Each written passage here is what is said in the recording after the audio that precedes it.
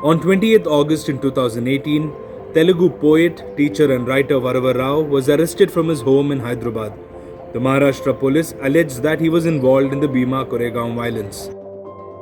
Around 2.5 years after he was arrested, the Bombay High Court on Monday granted him bail. The court granted bail to Varava Rao but laid down few conditions. The first condition is that the 81-year-old poet cannot leave the jurisdiction of the NIA court. The second condition laid down is that the poet cannot indulge in any activities that had initially led to the FIR being registered against him. This means that after the period of 6 months, Rao will have to go back to the Taloja jail and surrender, or else he will have to seek an extension. On the eve of the 200th anniversary of the Battle of Bhima Koregaon, a program called Elgar Parishad had been organized on December 31st in 2017.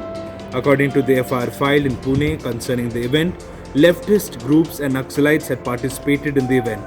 According to the police, the speeches made by Varava Rao and the other activists were responsible for the violence that happened the next day. This case was initially probed by the Pune police and later it was handed over to the National Investigation Agency.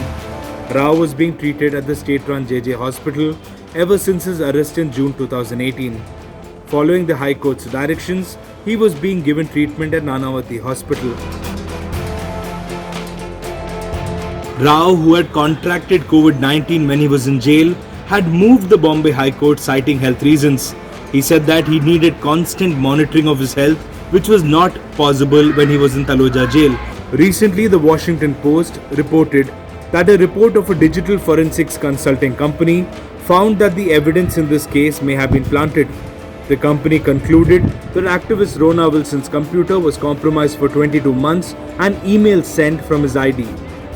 These emails were the primary basis on which several activists and authors were arrested in the Bhima Koregaon Elgar Parishad case and in a case in which they were accused of plotting to kill Prime Minister Modi, which means the evidence in the case may have been planted.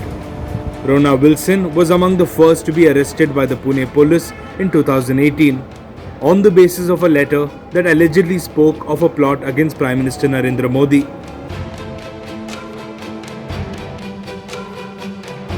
Families and friends of Varava Rao and the others arrested in this case have always maintained that it is a false case. Most of them have spent around 2 years in jail without even a trial. Today's bail comes as a huge relief for Varava Rao's family. This is Paul Lumen reporting for the News Minute.